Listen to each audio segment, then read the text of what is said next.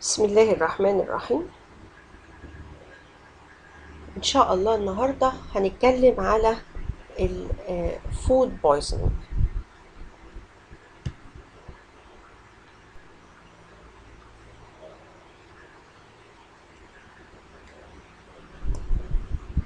The learning objectives of our lecture to define the term food poisoning, to memorize the common organisms causing food poisoning, and to recall the pathogenesis of food poisoning produced by Bacillus cereus, Staph aureus, and Clostridium botulinum as an examples of toxic food poisoning. To state the lab diagnosis of food poisoning.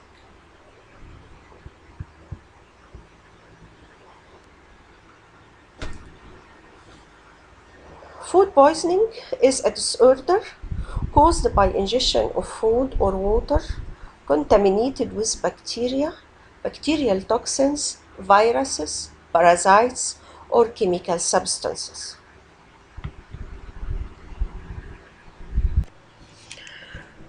What's about the clinical manifestations of food poisoning? Usually the patient presented with abdominal cramping, diarrhea, fever, nausea, vomiting and weakness.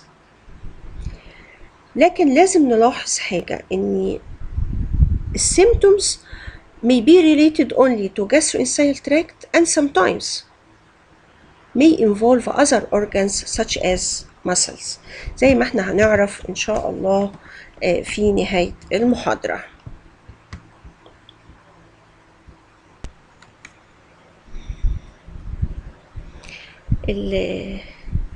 الفود بويزنينج ممكن بيبقى سببه البرودكشن of toxins from the infective organisms وأحيانا بيبقى سببه الانفكشن نفسه الأورجانيزم نفسه المالتيبليكيشن of the organism. احنا هنبدأ الحقيقة بالتوكسيك فود بويزنينج اللي هو الفود بويزنينج اللي بيحصل due to the presence of toxin in food. ده ليه كاركتر معينة بتميزه انه دايما بيبقى البيشنت بيدي history بشورت incubation period.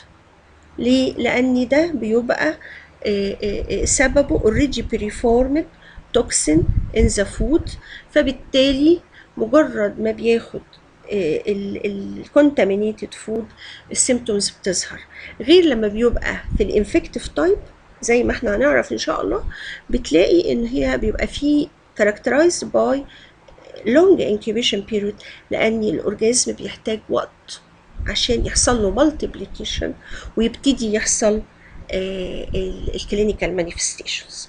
طيب ايه الاورجانيزمز اللي هنتكلم عنها كاكزامبل للتوكسيك فود بويزنينج اللي هو characterized by short incubation period؟ هنتكلم على الستاف اوريوس، كوليستريديوم بوتشولينيوم and Bacillus cereus.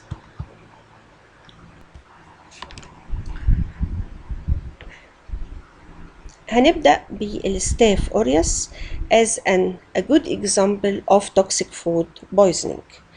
ستاف أوريوس دي جرام بوزيتيف كوكاي زي ما احنا شايفين كده في السلايد دي جرام بوزيتيف كوكاي arranged in clusters والسمير ده الحقيقة stained with gram stain in pus السبيسمن بتاعي pus فعشان كده واضح شكل الأورجانيزم.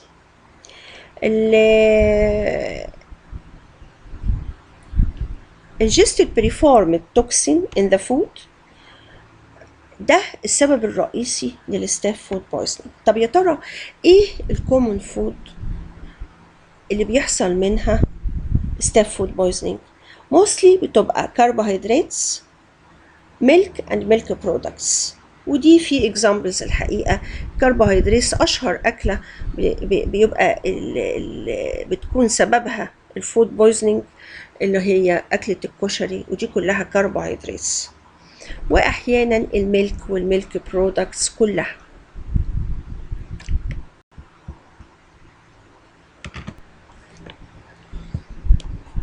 ايه الميكانيزم of staph enterotoxins vomiting؟ ليه بيحصل الفوميتنج مع الستاف فود بويزنينج؟ عشان 3 أسباب. أول حاجة الانتيروتوكسينز directly affect الانتستينال epithelium. تاني حاجة بيحصل stimulation of the vagus nerve and distension of the stomach, and this transmits signals to the vomiting center in the brain. يبقى ده الميكانيزم of staph enterotoxin vomiting.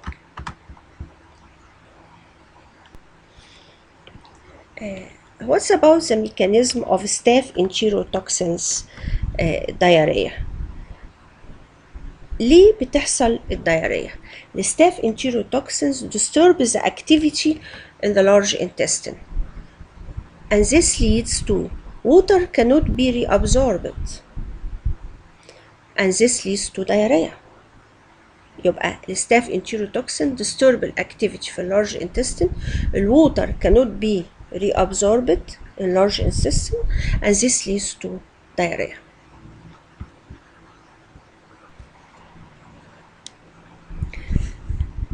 Usually, in staph food poisoning, the food may be contaminated by human carriers. 50% of healthy people carry the bacteria on their skin, under nail, and in their nose. The bacteria grow at room temperature and release a toxin. Subsequent heating of the food may kill the organisms, but the toxins is relatively heat stable. عشان كده الانتيروتوكسين من الامبورتنت كاركتر بتاعتها انها heat stable withstand up to 100 degree for 10 to 14 minutes. يبقى withstand البويلينج لغاية 40 دقيقة. وبالتالي لما بيحصل الcontaminated food يقولك احنا غالينا الأكل. You will kill the organism but not the toxin. Often there are no viable organism detectable in the food consumed, but enterotoxin can be detected by immunoassays or latex agglutination.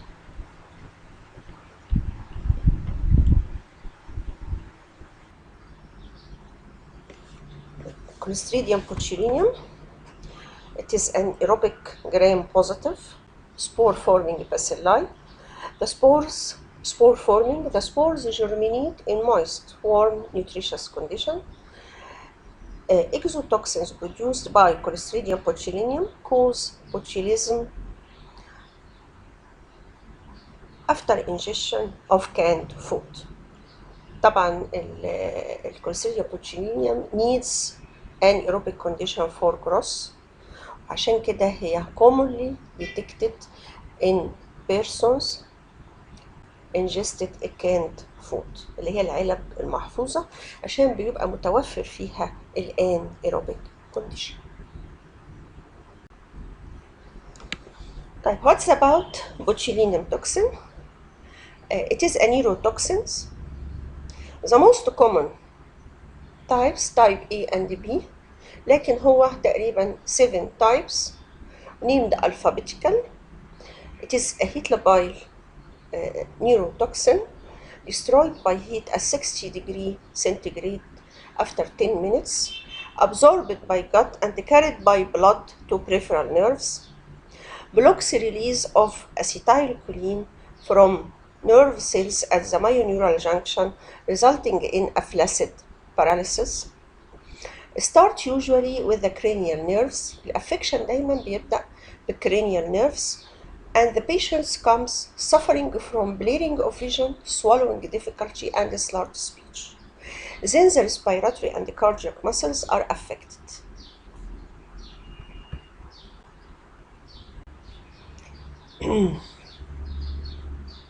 There are 3 forms of botulism: foodborne botulism, infant botulism, and wound botulism. In infant and wound botulism, the organisms are respectively ingested or implanted in a wound and multiply and elaborate toxin in vivo. Infant botulism has been associated mostly with feeding babies honey contaminated with Clostridium botulinum spores. The clinical disease is the same in all three forms. يعني the presentation of the patients in these three forms are the same. Presentation of the patient, usually the patient presented with affection of the cranial nerves, then spread to respiratory and cardiac muscle. The disease remains life-threatening.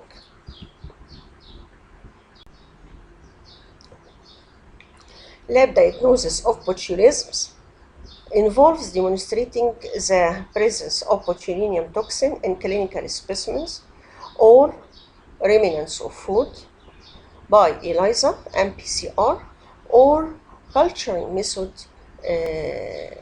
for isolation of the anaerobic bacteria.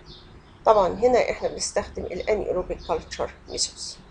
Botulinum toxin is one of the most potent biological toxin known, وفي الحقيقة concern regarding its potential use as an agent in biological war. بعض الأورجانيزمز والتوكسينز بتستخدم في البيولوجيكال وور زي الأنثراكس ومنها البوتشيلينيوم توكسين. تمام؟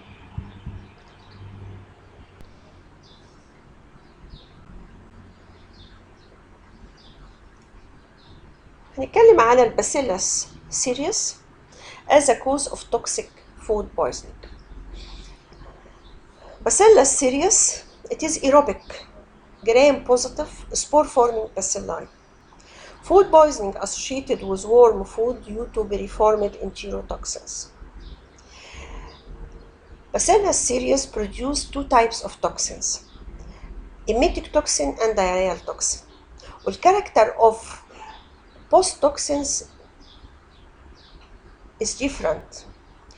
فلو بدأنا بالemetic toxin, emetic toxin characterized by short incubation period ranging from 1 to 5 hours, similar to Staph aureus toxin. It is heat stable, and the patient presented with vomiting and diarrhea, and usually associated with reheated cooked rice.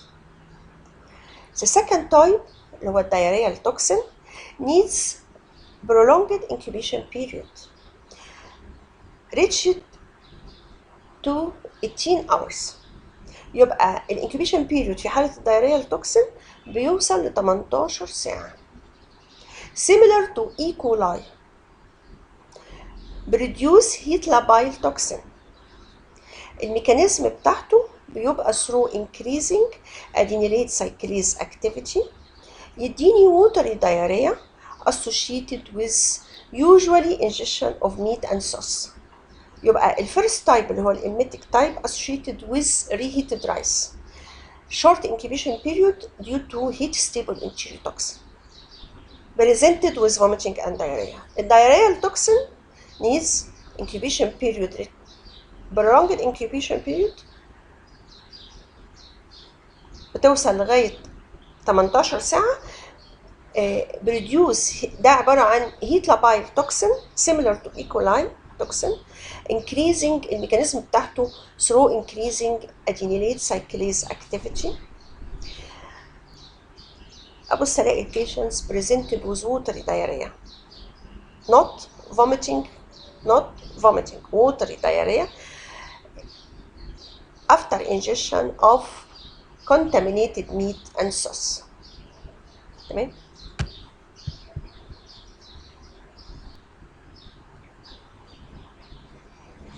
الحقيقة السلايد دي مهمة جدا لأنها بتلخص الكوزز اوف توكسيك فود poisoning، وطبعا ده ممكن يجي سؤال في الامتحان. How can we compare Staph aureus food poisoning, Clostridium botulinum, and Bacillus cereus emetic and diarrheal type؟ لو بدأنا بالستاف aureus enterotoxin، الانكيوبيشن period هنا ranging from 1 to 8 hours. presenting symptoms vomiting and diarrhea. اللي بيحصل ازاي الستاف aureus او الباثوجينيسيس due to production of enterotoxin in food. طيب what is the type of food incriminated in the cause of Staph aureus food poisoning, usually carbohydrates, milk and milk products. الoutcome بيحصل recovery in 1 to 2 days, self-limited. Clostridium botulinum incubation period بتاعته from 18 to 24 hours. The patient presented with neurologic symptoms زي ما شرحنا، وقلنا إن هي بتبقى neurologic symptoms started with the cranial nerve affection. Pathogenesis due to production of neurotoxin in food. After ingestion of canned food. الoutcome بتبقى المورتاليتي بتاعته high، يبقى high mortality rate. The third type اللي هو الباسيلا سيريوس.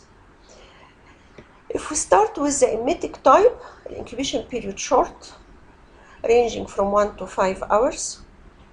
The patient presented with vomiting due to production of heat-stable enterotoxin after ingestion of reheated rice. Recovery in few days. Diarrheal type needs prolonged incubation period from 8 hours to 24 hours. Patient presented mostly with diarrhea due to production of heat labile enterotoxin after ingestion of contaminated meat and sauce. Recovery occur in few days.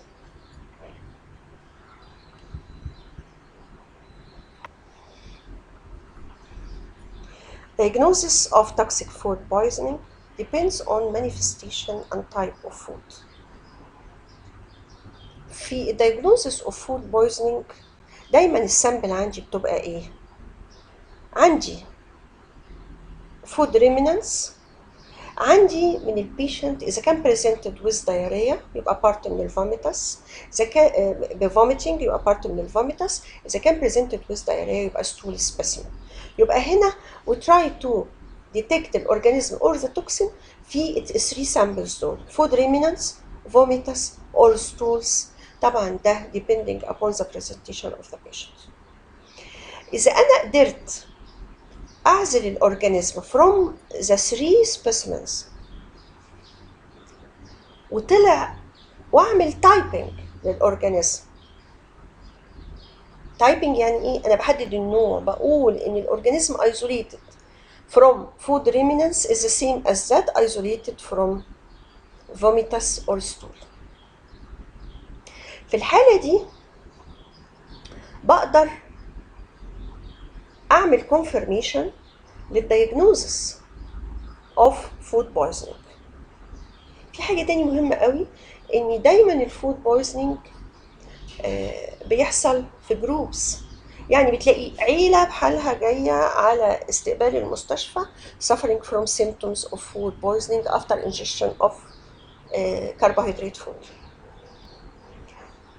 أو في مدينة جامعية مطعم واحد بيحضر الأكل يحصل لي outbreak of food poisoning between the students.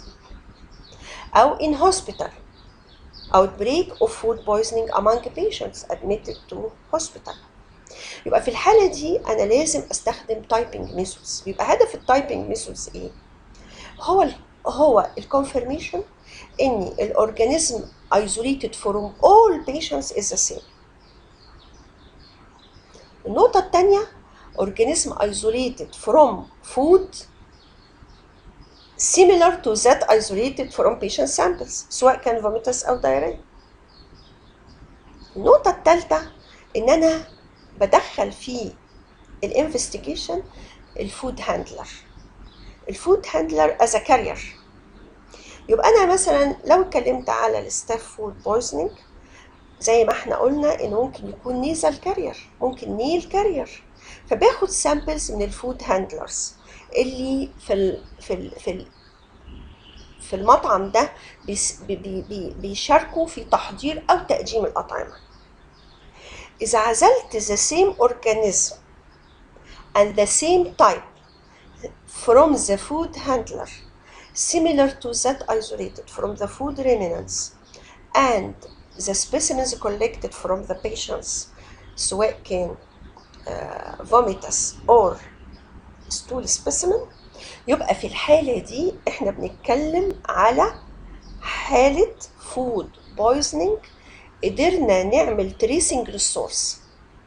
طب how can we trace السورس؟ just ان انا بعزل organism؟ لا، انا عشان اقدر اعمل tracing للسورس بقول the same type of the organism isolated from all specimens referred. طيب ازاي بقى نعمل تايبنج؟ الايديال ان انا اعمل فاش تايبنج. فاش تايب بيحدد لي بالظبط التايب. طب if not available ممكن استخدم الانتيبيوتيك susceptibility pattern. اذا كان الباترن of sensitivity of organism isolated from food remnants and from specimens collected from the patients and from the food handlers بتديني susceptibility pattern similar to each other، يبقى في الحالة دي أقدر أقول إنه ده the same strain. ممكن طبعا لو available أعمل molecular typing. يبقى أنا عندي typing methods في حالات الفود poisoning: فاش typing، antibiotic susceptibility pattern، و molecular typing.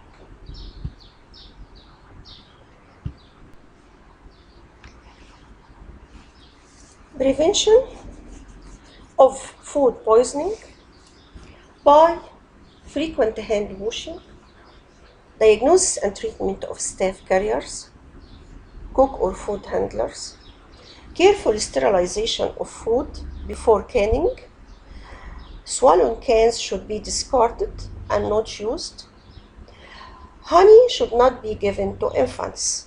يبقى أنا عندي 5 preventive methods. ببدأها بالهاند هايجين وده very simple. Diagnosis and treatment of staph carriers. Frequent examination of food and cook handlers. Careful sterilization of food before canning. The swollen cans should be discarded. Honey should not be given to infants. في نهاية المحاضرة بنشوف الكيس دي كإكزامبل.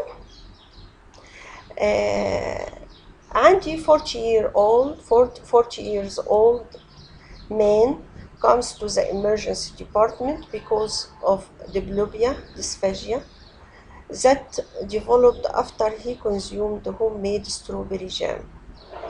While in the emergency department, he develops general muscle weakness and requires intubation.